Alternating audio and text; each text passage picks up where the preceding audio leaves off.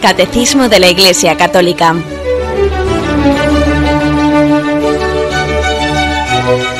Un programa dirigido por Monseñor José Ignacio Munilla, obispo de San Sebastián.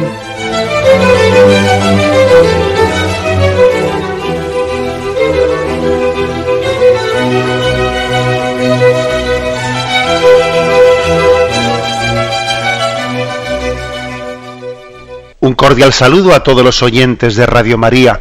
Un día más, con la gracia del Señor, proseguimos el comentario del Catecismo de nuestra Madre, la Iglesia. Estamos en la explicación de esa parte del credo que afirma que Dios Padre es todopoderoso. Creo en Dios Padre todopoderoso. Bien, pues esta expresión tiene también a lo largo de el desarrollo de la explicación, el Catecismo también hace, a partir del punto 272, hace una pequeña incursión en un tema que a veces a nosotros nos hace entrar en crisis, el misterio de la aparente impotencia de Dios, que afirmamos en el credo que Dios es todopoderoso, pero a veces parece que no lo fuese. A veces parece que se oculta la fuerza de Dios, la omnipotencia de Dios, que parece que se oculta y que triunfa el mal. Parece que Dios es más impotente que todopoderoso, etcétera, ¿no? Bueno, bien, pues ese misterio, el misterio de la cruz, en definitiva, aunque se trata en otros momentos del catecismo, no es que se trate exclusivamente aquí, pero aquí a la hora de hablar de Dios todopoderoso, obviamente el catecismo tenía que hacer una referencia. Es a partir del punto 272, le dedica 3 puntos. Dice así: la fe en Dios Padre Todopoderoso puede ser puesta a prueba por la experiencia del mal y del sufrimiento. A veces Dios puede parecer ausente e incapaz de impedir el mal. Ahora bien, Dios Padre ha revelado su omnipotencia de la manera más misteriosa en el anonadamiento voluntario y en la resurrección de su Hijo, por los cuales ha vencido el mal. Luego seguimos leyendo. Bueno, posiblemente uno de los, el argumento que más ha podido cuestionar la existencia de Dios y nuestra confianza en Él, etcétera, el argumento más fuerte que cuestiona la fe de los creyentes y en el cual suelen basarse también los no creyentes para argumentar en contra de la fe, sea la existencia del mal. A ver, si Dios existe, ¿cómo permite el mal del mundo? ¿Cómo permite el mal? Vamos a ver. Dios, más o menos el argumento ateo viene a ser este. Vamos a ver. O Dios no puede terminar con el mal, o no quiere. Si no puede, es que no es todopoderoso. Y si no quiere, es que no es bueno. Entonces, ¿qué? Ese es el argumento ateo. Vamos a ver, Dios o no puede o no quiere. Y si no puede, es que no es un Dios todopoderoso. Si no quiere, es que no es bueno. La verdad es que, claro, un argumento así, no planteado de esta manera, es un argumento verdaderamente empitonado, ¿no? Pues es que uno dice, es empitonado. Claro que el demonio es astuto cuando plantea pues un dilema así. El demonio es astuto, ¿no? Y quiere arrancarnos la confianza en Dios. Quiere arrancárnosla. Por eso sí que es un tema al que merece la pena dedicarle un tiempo. Aquí la afirmación potente que hemos leído es la siguiente, ¿no? Que Dios ha revelado también su omnipotencia en la manera en la que Él ha asumido la cruz, en la manera en la que Él ha afrontado el mal. O sea, la omnipotencia de Dios no solo se ha revelado en las obras maravillosas, por ejemplo, en la creación del mundo de la nada, ¿no? Que este universo inmenso no haya salido de su mano, revela la omnipotencia de Dios. Pero el catecismo nos dice, fíjate, posiblemente más todavía revela la omnipotencia de Dios, más se manifiesta que Dios es todopoderoso en la forma en la que ha sido capaz de servirse del mal para traer bienes al mundo. Igual que Jesús dijo, ¿no? ¿Qué es más? Decirle a este paralítico, levántate, coge tu camilla y echa a andar, o tus pecados son perdonados. Entonces, ¿qué es más? Por supuesto que desde la fe sabemos que es más omnipotencia perdonar los pecados que curar una parálisis, porque la parálisis al fin y al cabo es temporal, pero la curación de los pecados tiene consecuencias eternas. Entonces, es más omnipotencia de Dios la crucifixión de la cual nos venga la vida eterna, el mal que abrazado sea consecuencia de vida eterna, porque eso sí que es meterle un gol al demonio, entendemos esto. Es decir, cuando Dios utiliza el mal para que de él venga la redención eterna del hombre, le está metiendo un gol al demonio, un gol definitivo. Porque el mal, el sufrimiento, ha venido de la mano de Satanás, que ha introducido el mal en el mundo, y Dios es capaz de hacer que ese instrumento que era de Satanás, sin embargo, en definitiva, termine por constituirse, por convertirse en el instrumento de Dios para la redención del mundo. Por eso dice aquí, Dios ha revelado su omnipotencia de la manera más misteriosa en el anonadamiento voluntario, es decir, en que Dios se ha rebajado, que no ha hecho alarde de su categoría de Dios, que Dios se ha ocultado, Dios se ha escondido, o sea, Dios ha escondido su divinidad.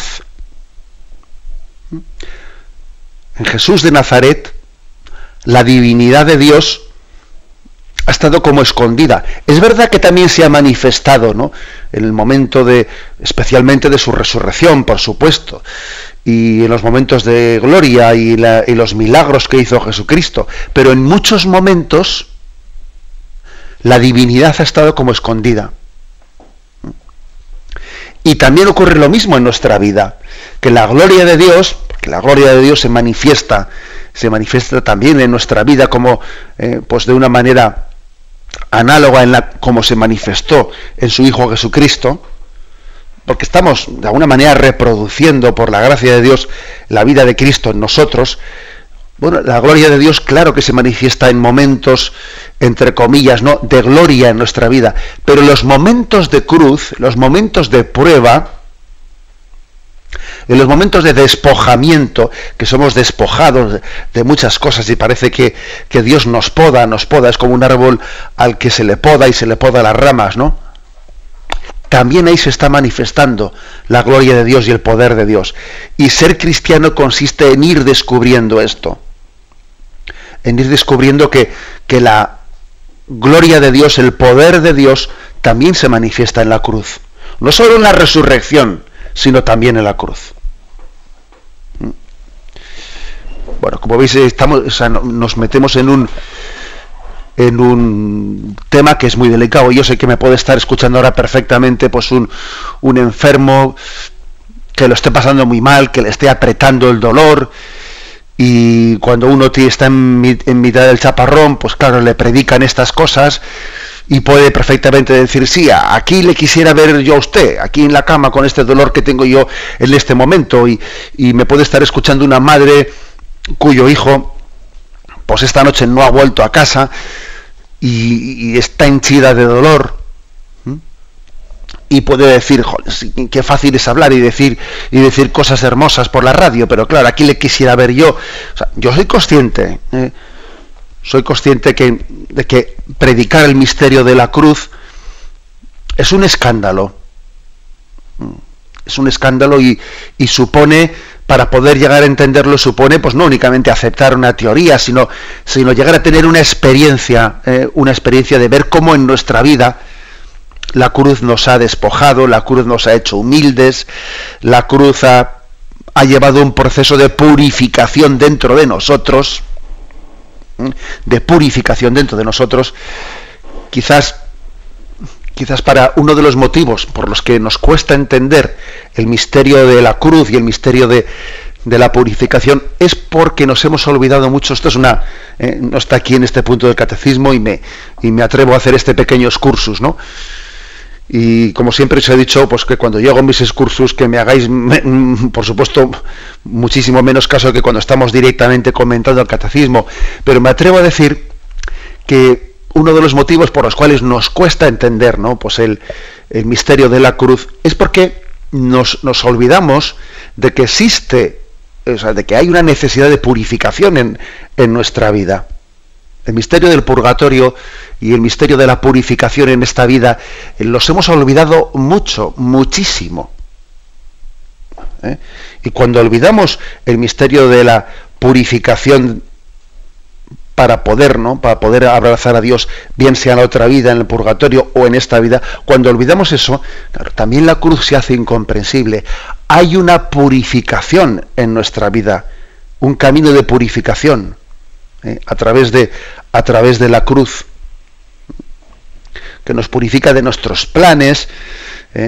No poseemos el futuro, no tenemos seguridad, ¿no?, en nosotros mismos, y entonces nuestra seguridad, o sea, Dios está como educándonos para que nuestra seguridad sea Él y no otra. Recuerdo una frase de Chesterton, que ya veis que le suelo citar mucho, porque era un hombre de estos intuitivos, de los que hacía pensar mucho, ¿no? Y Chesterton, comparando el budismo con el cristianismo, decía él que el budismo es centrípeto y que el cristianismo es centrífugo. Es decir, que el budismo, que tiene como finalidad, como filosofía, el intentar ignorar el dolor. No hay dolor, ¿no? Yo voy a intentar concentrarme en mí mismo, voy a intentar tener como una especie de autodominio para que el mal del mundo no me haga sufrir, ¿no? Yo me aíslo del mundo mediante una técnica de introspección, y entonces yo voy a intentar que el mal no me afecte, ¿no? El budismo es centrípeto, decía Chesterton. ¿Por qué? Porque el budismo lo que hace es, me centro en mí, en mi yo, de manera que me aíslo del mal del mundo. Pero el cristianismo es centrífugo. Y si la fuerza centrípeta, sabéis que es una fuerza que precisamente va hacia mi interior, ¿no? Es como tiene un componente de fuerza dirigida hacia el centro, hacia mí mismo. Sin embargo, la fuerza centrífuga es la contraria, es la centrifugadora, por eso se dice de ahí esa palabra, ¿no? Es la que saca fuera, O sea, la cruz es una fuerza centrífuga que me saca de mi yo. En vez de cerrarme en mí mismo, que eso es lo que decía Chesterton, que el budismo es centrípeto, o sea, nos cierra en nosotros mismos, te aísla, te mete en una burbuja de cristal. La cruz de Cristo es centrífuga, nos saca de nosotros mismos, nos abre a los demás, nos abre a la sensibilidad de los demás, nos hace ser sensibles con los que sufren. La cruz tiene dos líneas abiertas, no es un círculo, o sea, son dos líneas que abrazan eternamente, infinitamente el mundo. La cruz se abre a los cuatro vientos, porque tiene esos dos palos, ¿no? Es decir, te saca de ti mismo, te abre a Dios, te purifica.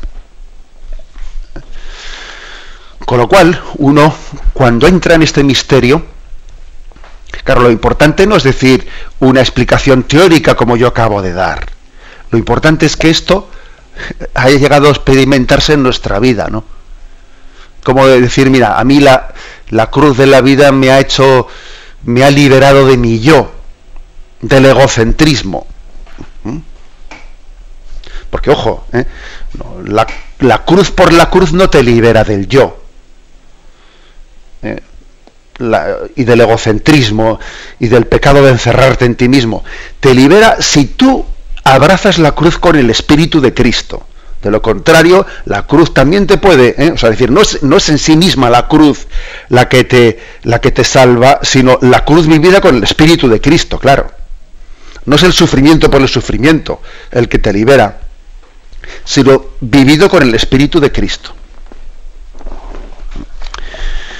Y esta es la paradoja, ¿no? La paradoja es que la cruz es consecuencia del pecado, el sufrimiento es consecuencia del pecado, no ha sido querido por Dios, pero Dios en su omnipotencia ha hecho que lo que era consecuencia del pecado pase a ser remedio para el pecado y gloria para los pecadores.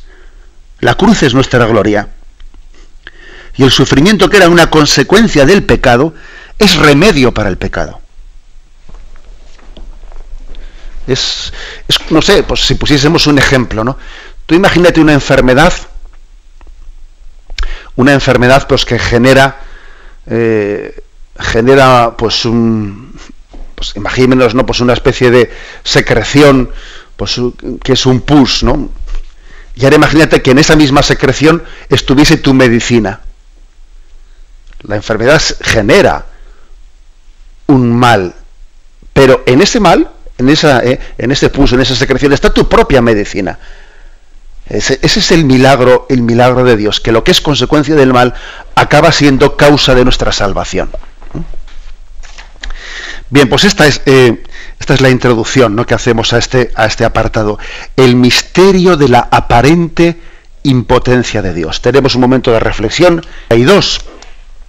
Tiene como título El misterio de la aparente impotencia de Dios. ¿Cómo explicamos el mal en el mundo? ¿Cómo explicamos que Dios no utilice su omnipotencia para hacer desaparecer de un golpe, de un plumazo, ¿no?, pues el mal del mundo? Nosotros nos parece que en la lógica humana, pues Dios tendría que ejercer un poco como de el mago de la lámpara, o pues el hada madrina que dice, a ver, pues formula un deseo o tres deseos, ¿no? Pues el primero, que desaparezca el mal del mundo, que desaparezca nos parecería lo normal, en la lógica humana, pero vemos que Dios no lo hace así. No utiliza su omnipotencia para cual la hada madrina, cual mago de la lámpara, pues coge y decir, aquí todo el mundo, no pues un mundo de felicidad en el que no quepa ningún sufrimiento. No lo hace así. Continuamos leyendo este punto. Dice, así, Cristo crucificado es poder de Dios y sabiduría de Dios, porque la necedad divina es más sabia que la sabiduría de los hombres, y la debilidad divina más fuerte que la fuerza de los hombres. 1 Corintios 2, 24, 25. Eso es una expresión paulina de esas, en la que él viene a decir, mira, yo prefiero la cruz de Dios que no la gloria de los hombres. Como diciendo, yo no me fío de la gloria de los hombres, ¿no?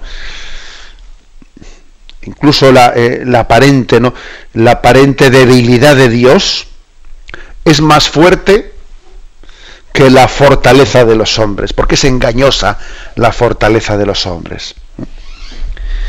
Continúa diciendo, en la resurrección y en la exaltación de Cristo es donde el Padre desplegó el vigor de su fuerza y manifestó la soberana grandeza de su poder para con nosotros los creyentes. Es decir, que también es importante que entendamos que el misterio de la cruz, desde luego, no está aislado de la resurrección. Hablar de la cruz, sin entender que es una cruz gloriosa y que la cruz ha sido la antesala de la resurrección, claro, pues entonces también sería meternos en un callejón sin salida. Pero hay que decir que la grandeza de Dios se manifiesta no solo en el momento de la resurrección, que también la gloria de Dios de alguna manera se está manifestando en Cristo crucificado. ¿Por qué? Porque la cruz ya lleva larvada dentro de sí, ya tiene, ¿no?, un germen de la resurrección. Cuando tú abrazas la cruz con fe, en esa fe con la que abrazas la cruz ya ha comenzado la resurrección. Cualquier cristiano que en este momento esté abrazando su cruz con confianza, la cruz, pues mira, de la salud, la cruz de la familia, la cruz del trabajo, la cruz de mis debilidades, de las propias debilidades, que uno quisiera ser más fuerte, uno quisiera no tener contradicciones como las que tiene y muchas cosas más, ¿no? Cuando uno abraza eso con confianza, ya en esa confianza hay un germen de resurrección. He aquí este misterio. Seguimos adelante. En el punto 273. Solo la fe puede adherir a las vías misteriosas de la omnipotencia de Dios. Esta fe se gloría de sus debilidades con el fin de atraer sobre sí el poder de Cristo. Lo interrumpo aquí y luego lo seguiremos leyendo, ¿no? O sea, que es que solamente la fe nos permite descubrir cómo en el momento de la prueba, en el momento del padecimiento que estamos padeciendo, también ahí Dios está presente, y ese Dios sigue siendo omnipotente, aunque no lo parezca. Parece que está dormido. Parece que está dormido, como en ese episodio en el que se desata la tempestad y entonces está Jesús durmiendo en la barca y entonces le despiertan: Señor, pero no te importa que perezcamos y tú aquí durmiendo, pero ¿cómo puedes estar durmiendo en este momento? Y Jesús les dice: pero hombres de poca fe, ¿no sabíais que yo estaba con vosotros? ¿Dormido? ¿Te crees tú que yo estoy dormido? Y Jesús nos dice: ¿te crees tú que yo estoy dormido? Dios no duerme ni reposa el guardián de Israel, dice la Sagrada Escritura. Dios está siempre, ¿no? Dios está siempre cerca de ti. Bien, pues digo que desde esta perspectiva San Pablo llega a decir cosas verdaderamente atrevidas, ¿no? Como que él se gloría de sus debilidades.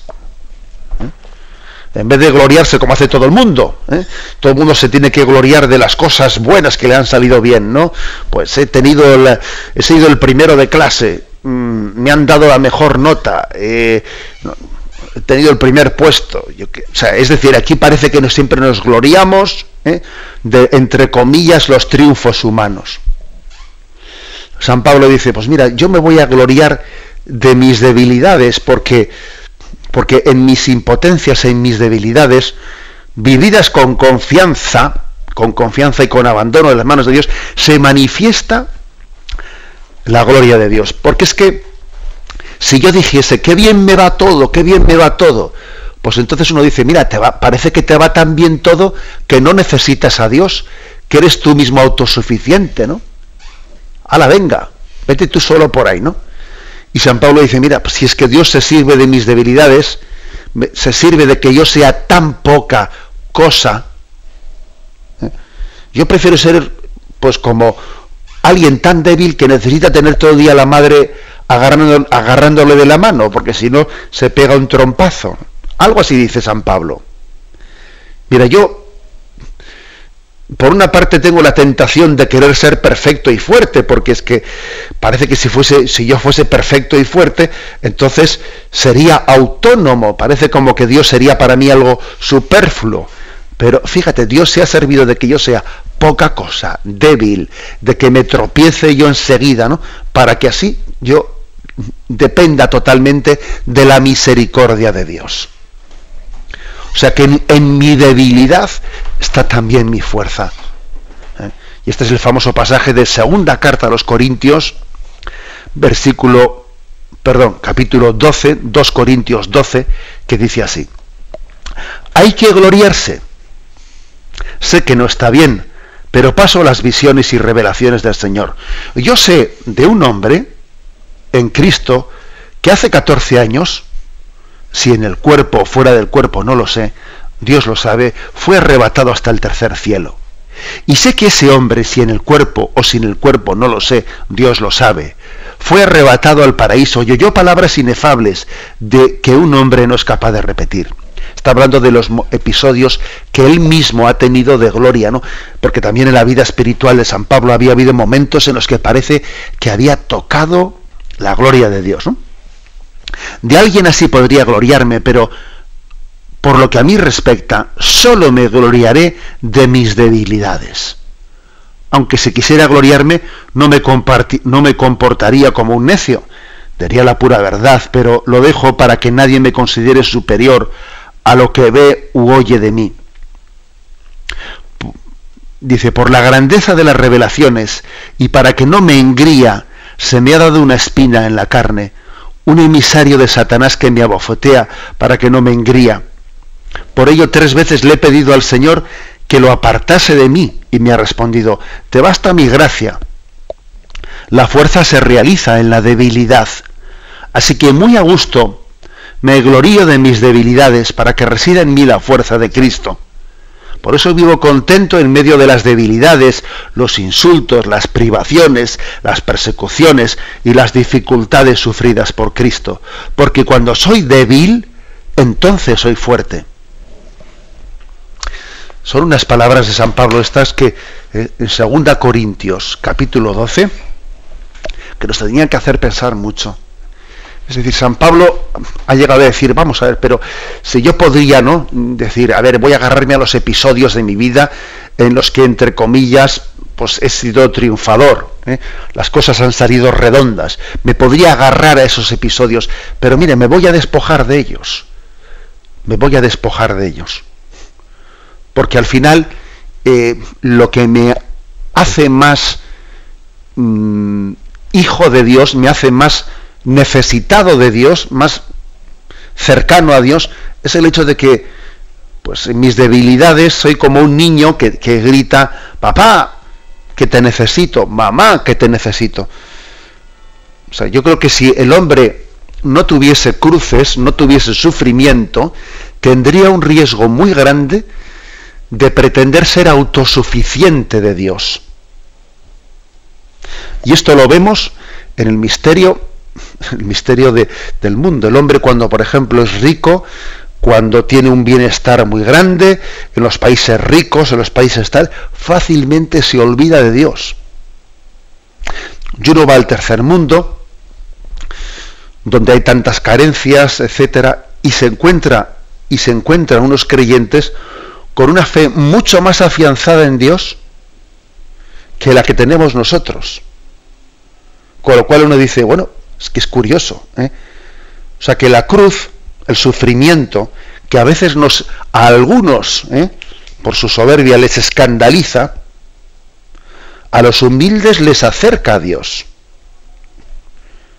Luego el problema no debe de estar en cruz sí o cruz no, sufrimiento sí, sufrimiento no. El problema debe de estar en el espíritu con el que yo lo vivo, porque una cruz sin Cristo es un sufrimiento autodestructivo. Luego es importante poner a Cristo en nuestras cruces, porque si no le ponemos a Cristo en nuestras cruces, pues claro, entonces el sufrimiento nos aleja de Dios.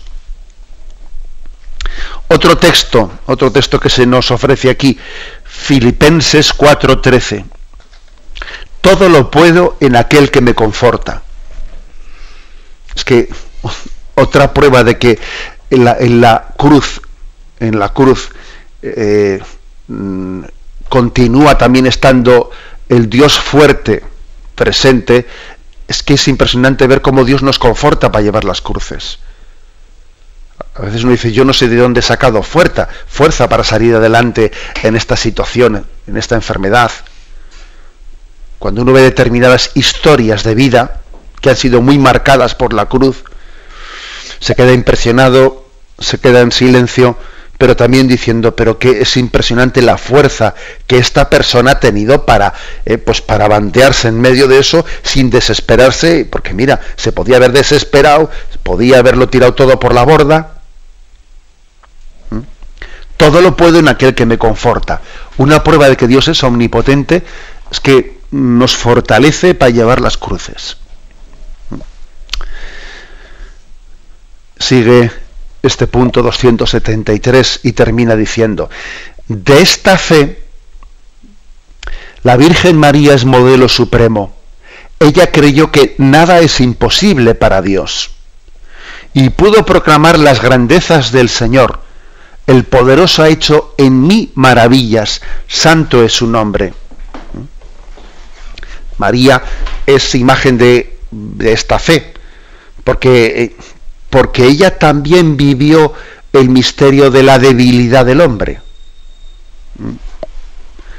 Misterio de decir, no entiendo nada, ahora me van a acusar de adúltera, pensarán que yo estoy en estado de buena esperanza, pues porque he sido infiel a la promesa. Pues, es decir, es que ojo, también si aquí todo el mundo tiene su cruz encima, aquí nadie se escapa de la cruz. Nadie se escapa de la cruz. Una de las cosas que tiene el ser sacerdote es que, bueno, pues parece que los sacerdotes tenemos como una atalaya privilegiada de ver a cada uno la interioridad de las personas cuando uno va a sus familias, cuando se confiesan, cuando abren su conciencia, cuando piden un consejo. Uno comprueba que no hay ninguna vida sin cruz. Y las hay en teoría más grandes y las hay en teoría más pequeñas. Pero al final la cuestión no está tanto en el tamaño de la cruz, sino en el espíritu con que uno la lleva. Que hemos visto personas con grandes cruces, vamos a afrontarlas y llevarlas a sus hombros con un espíritu impresionante, ¿no? Que parece que llevan una pluma encima. Y también hemos visto quien se ahoga en un vaso de agua. Entonces, en la propia vida de María vemos también el misterio de la cruz, pero la clave está en el espíritu de María, que dice: para Dios nada es imposible. Ese fue lo que se le reveló a María. Para Dios no hay nada imposible. Tú sigue los caminos de Dios. Tú no los entiendes ahora, ¿no? Bueno, pues deja que yo te conduzca. Pero tú sábete que para Dios no hay nada imposible. Él de este momento de cruz será capaz de darte la introducción a la gloria. Es más, la gloria ya ha comenzado en este mismo momento. Tenemos un momento de... Continuamos, pasamos al punto 274, con el que se termina este apartado que tiene como título El misterio de la aparente impotencia de Dios. Y aquí viene una cita del catecismo romano, del anterior catecismo romano, que decía: nada es pues más propio para afianzar nuestra fe y nuestra esperanza que la convicción profundamente arraigada en nuestras almas de que nada es imposible para Dios. Porque todo lo que el credo propondrá luego a nuestra fe, las cosas más grandes, las más incomprensibles, así como las más elevadas por encima de las leyes ordinarias de la naturaleza, en la medida en que nuestra razón tenga la idea de la omnipotencia divina, las admitirá fácilmente y sin vacilación alguna. Es decir, que estamos diciendo, tú no dejes de tener fe en la omnipotencia de Dios. Que los silencios de Dios, entre comillas, el que uno diga, yo no entiendo cómo Dios ahora se queda callado, parece como que Dios tendría que zanjar, cortar esto por lo sano. Y aquí que se acaben los malos, ¿no? Que se acaben los malos y que se acabe... vamos a cortar esto por lo sano. ¿Por qué Dios se calla? Bueno, pues uno tiene que decir, si yo no tengo ni idea, al final de ese dilema ateo, que os he planteado al principio, ¿no? Que manifiesta algunos ateos, a ver, o Dios o no puede o no quiere acabar con el mal del mundo, y si no puede es que no es omnipotente, y si no quiere es que no es bueno. Ya, ese dilema es mentiroso, porque es que hay que decir, y si yo no tengo ni idea, ¿qué? ¿Pretendo yo meterle a Dios el misterio de Dios en un silogismo? ¿A dónde vas tú? ¿Te crees tú que tú a Dios le vas a meter en una especie de o A o B? Si no A y si no B, pues entonces perdona, mira, que Dios es un poquito más inteligente que nuestros silogismos, O sea, ¿y tú qué sabes? ¿Y tú cuando te asomas al Evangelio, que es tan sencillo como sabio? El Evangelio es tan sencillo como sabio, y el Evangelio te dice, mira, no arranques la cizaña, no vaya a ser que queriendo quitar la cizaña acabes acabando con el trigo. Tú queriendo acabar con el mal, igual arrancas el bien. Déjalos que crezcan juntos, déjalos. Ya llegará al final, cuando maduren y germinen las espigas, el dueño de aquel terreno ya se parará, y él no se va a equivocar, ¿no? Él no se equivocará el día de la cosecha en separar trigo de cizaña. Ahora a ti no te corresponde, ¿no?, ser tú el que te pongas aquí a pretender juzgar dónde está la línea divisoria entre el bien y el mal. Es verdad que crecen juntos y que es muy molesto, pero si tú te pones aquí a pretender, ¿no?, establecer la línea divisoria, seguro que vas a armar un lío. Luego, en vez de quejarte, emplea tus fuerzas en ser bueno. En vez de maldecir las tinieblas, tú enciende una luz.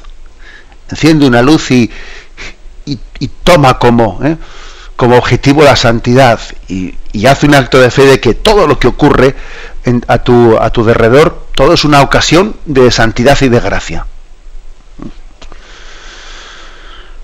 Bueno, por eso la fe cristiana habla de que la cruz nos hace capaz de solidarizarnos con los demás, igual que la cruz le ha hecho a Dios capaz de solidarizar, ha sido el camino por el que Dios se ha solidarizado con nosotros. Jesús muere en la cruz, pues porque nosotros morimos, y también porque el hombre es capaz de matar. Y por eso Jesús ha muerto en la cruz, como un misterio de solidaridad, porque tú también mueres, yo muero contigo, y porque tú eres capaz de matar, yo voy a dejarme matar para cambiar tu corazón egoísta.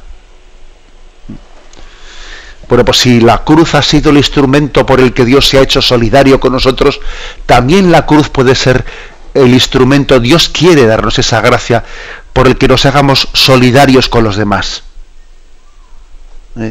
¿Quién llora sin que yo no llore con él? ¿Quién ríe sin que yo no ría con él, ¿no? O sea, salir de nosotros mismos por socorrer a los crucificados. Por eso decía yo antes, ¿no?, que la cruz es centrífuga, no centrípeta, es decir, que nos quiere sacar de nosotros mismos hacia afuera. El que se olvide de sí mismo se encontrará. El que se busque a sí mismo se perderá. Voy a dejar de mirarme al ombligo y voy a salir en socorro de los que sufren en la tierra.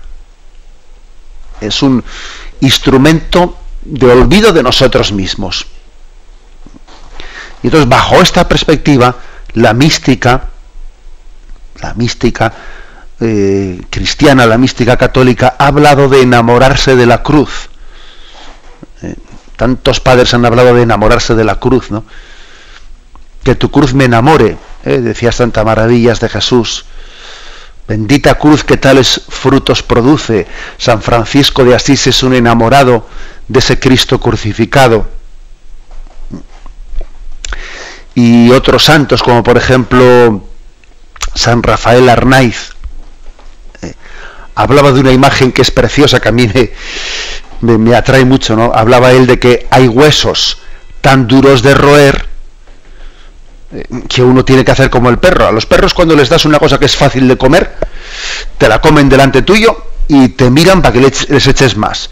Pero cuando a un perro le das un hueso que es muy duro de roer, porque es muy grande y muy grueso, coge el perro, coge el hueso y se va a un sitio él solo en donde tenga tiempo de ir royendo poco a poco el hueso, ¿no? Pues algo así es un cristiano, dice San Rafael Arnaiz, que hay huesos que son tan duros de roer, que lo que tenemos que hacer es cogerlo como el perrito, irte al pie de la cruz y allí, mirándole a Jesús, ir poco a poco asimilando ese hueso, esa cruz.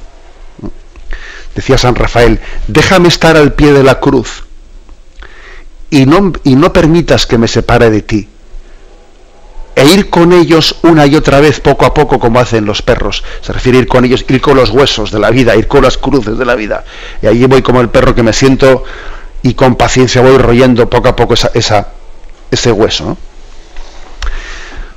Nuestras cruces pues tienen que ser maduradas a la luz de la cruz de Jesucristo. Esta es nuestra fe. Esta es nuestra fe. Dios no deja de ser omnipotente por el hecho de que exista la cruz, exista el sufrimiento. Todo lo contrario, manifiesta una omnipotencia muy especial cuando ha hecho que la cruz y el sufrimiento pasen a formar parte del misterio de salvación. Dios es tan grande que para Él no hay nada que sea inútil. Dios es tan grande que todo lo integra en su plan de salvación. Nada se desaprovecha para Dios. Incluso las páginas de nuestra vida que pueden parecer más, y uno dice, si pudiese borrar ese episodio de mi vida, si pudiese arrancarlo, si pudiese parar un poco en este momento la historia y decir, a ver, voy a arrancar 3 páginas. No estés pensando en arrancar páginas de la historia de tu vida, sino más bien en airear esas páginas de la historia de tu vida ante la omnipotencia de Dios. La omnipotencia de Dios hará que la historia de tu vida se convierta en historia de salvación. Lo dejamos aquí, damos paso a la intervención de los oyentes. Podéis llamar para formular vuestras preguntas al teléfono 917-107-700. 917. Buenos días, don José Ignacio. Soy Isabel de Mérida. Adelante. Solo Dios podrá pagarle todo el bien que nos está haciendo a todos los oyentes y nosotros con nuestras oraciones. Vamos a ver, hablando de la cruz, siempre he oído que el sufrimiento y la cruz es parte para terminar la pasión de Cristo, y yo eso nunca lo he entendido. De acuerdo, si hay un texto de la Sagrada Escritura de San Pablo que dice, completo en mi carne lo que falta a la pasión de Cristo. Claro, podía ser mal entendido ese texto en el sentido como si Jesús no hubiese sufrido lo suficiente y entonces todavía nosotros tuviésemos que completar la cantidad del dolor. Obviamente esa sería una interpretación masoquista, ¿no? O sea, equivocada de raíz. Pero esa expresión de San Pablo, completo en mi carne lo que falta a la pasión de Cristo, hay que entenderla como diciendo, vamos a ver, Jesús ha asumido la cruz precisamente para que tú asumas la tuya. O sea, Jesús ha asumido una cruz que no le correspondía, precisamente para que la sabiduría, para que aprendamos de la sabiduría de la cruz a abrazar la nuestra. O sea, Jesús no es quien... la redención no consiste en que Jesús asuma la cruz para que nosotros no asumamos la nuestra, ¿no? No, sino que Él nos integra en el plan de salvación. O sea, es decir, Él nos hace también, a nosotros, protagonistas de nuestra redención. Nosotros hemos distinguido algunas veces entre la redención objetiva y la redención subjetiva. La redención objetiva es que Cristo, Él nos ha salvado con la entrega suya en la cruz. La muerte de Cristo en cruz ha sido nuestra salvación. Pero ahora hace falta que uno, subjetivamente hablando, se abra a esa salvación de Cristo. ¿Y cómo me abro a la salvación de Cristo? Entre otras cosas, por el acto de fe humilde y abrazando mis cruces. O sea, que es que la cruz, Cristo nos salva a todos, pero yo me abro a la salvación de Cristo por la aceptación humilde en fe que abraza mis cruces. O sea, en ese sentido, mi pasión, la pasión de mi vida, mis sufrimientos, están unidos a los sufrimientos de Cristo, porque es que Él se unió a los míos. Damos paso a un siguiente oyente. Buenos días. Sí, buenos días. Sí, adelante. Soy José Martín. Yo quería, me ha parecido que en la frase esta de Lucas 1:49, el poderoso ha hecho, yo tengo aquí en el catecismo que pone en mi favor maravillas. O sea, me ha parecido que ha omitido la favor, o sea, la palabra favor. Bueno, ¿sabe lo que ocurre? Que es que existen traducciones distintas. El poderoso ha hecho obras grandes en mí, su nombre santo. Bien, pues esta traducción que he hecho yo también es una de las traducciones aprobadas. Tenga en cuenta que la traducción del griego al castellano pues puede tener sus facetas discutibles por parte de los exégetas, pero no me parece algo sustancial, porque incluso aunque la traducción no diga en favor, se sobreentiende, ¿no? El poderoso ha hecho obras grandes en mí, en favor mío y en María para todo el mundo, ¿eh? O sea, creo que no es contradictorio, incluso aunque las traducciones no digan en favor de María y en María en el favor de todo el mundo. Damos paso a un siguiente oyente. Buenos días. Buenos días. Muy buenos días. ¿Con quién hablamos? Soy el padre jesuita Jorge Lorin. Hombre, padre Lorin, adelante. Llamo desde Cádiz. Qué bien, padre. Bueno, primero, enhorabuena por este programa, ¿eh? Muy bien. Excelente trabajo. Lo oigo siempre que puedo. Acabo de llegar de América y claro, allí no. Pero si estoy en España y puedo, siempre me gusta oírle. Bueno, tengo una pregunta que me han hecho por internet y no he sabido contestar satisfactoriamente. Vamos a ver, dicen, tengo un objeto bendecido que no se puede, no es combustible, no lo puedo enterrar porque no tengo jardín, no lo puedo tirar al mar porque vivo tierra adentro. ¿Qué hago? Es una imagen de yeso bendecida. ¿Qué hago con ella? Ya. Bueno, entiendo, la verdad es que no sé, piensa usted, padre Lorin, que yo entiendo mucho de esas cuestiones, pero vamos a ver, entiendo que es que quien le haya hecho esa pregunta tendrá como una necesidad de deshacerse de él, entiendo yo, es decir, si tiene un objeto bendecido y dice, bueno, ¿de qué manera no puedo tenerlo, no puedo retenerlo conmigo y no tengo a quien dárselo y tengo una necesidad imperiosa de tener que deshacerme de este objeto? Entiendo que la consulta irá por ahí. Entonces, ¿cuál es la manera más respetuosa, etcétera, de deshacerme de ese objeto, puesto que no puedo darlo, puesto que no puedo? Me imagino que esa será la pregunta, ¿eh? Bueno, yo entiendo que no hay que tener escrúpulo en un caso así, porque, por ejemplo, si uno tiene una imagen de yeso y de una manera, pues por razones X, tiene que deshacerse de ella y no tiene pues una forma de darla, utilizarla, el hecho de que alguien, una imagen de yeso, entre comillas, la destruya o la vuelva a convertir en yeso y el yeso pues se deshaga de él, no tiene ningún problema moral. Al fin y al cabo, entendamos que una imagen bendecida, en realidad la bendición no va tanto hacia la materialidad del objeto. O sea, a diferencia de lo que es el sacramento propio, no me refiero únicamente a la Eucaristía, ¿no? Sino incluso, por ejemplo, a la bendición de los óleos santos, etcétera, ¿no? El caso de una imagen, que al fin y al cabo, pues la imagen es un signo, ¿no? Un mero signo que no realiza, sino que, a diferencia de los sacramentos, no lo realiza, sino que únicamente significa y simboliza.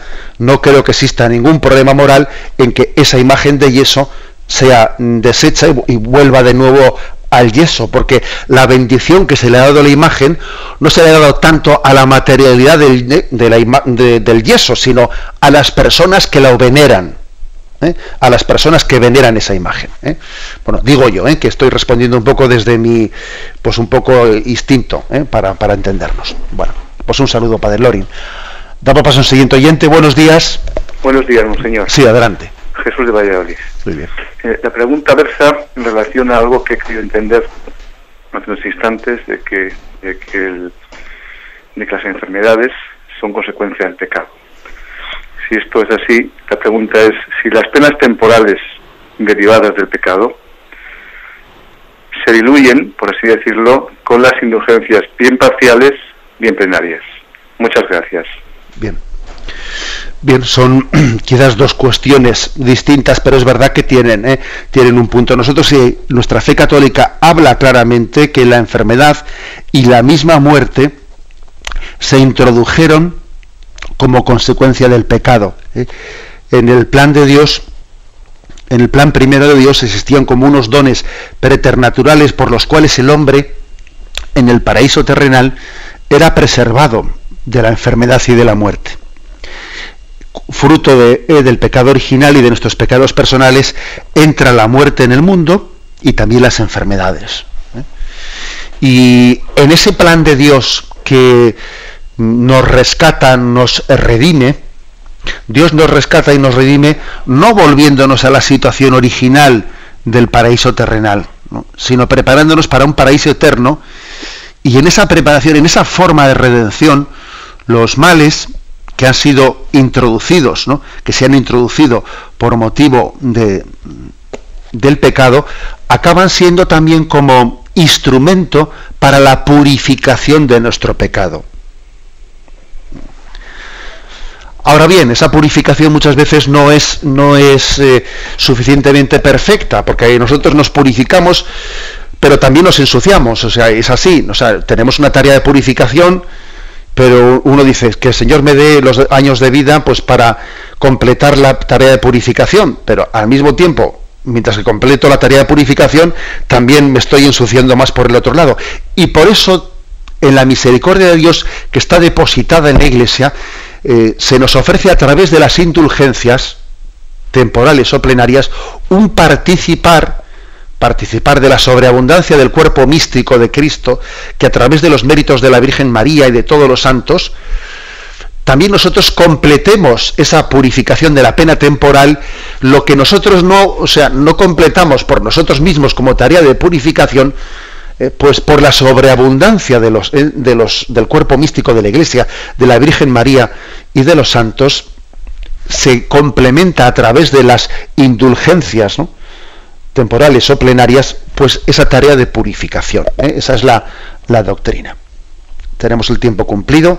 La bendición de Dios Todopoderoso, Padre, Hijo y Espíritu Santo, descienda sobre vosotros. Alabado sea Jesucristo.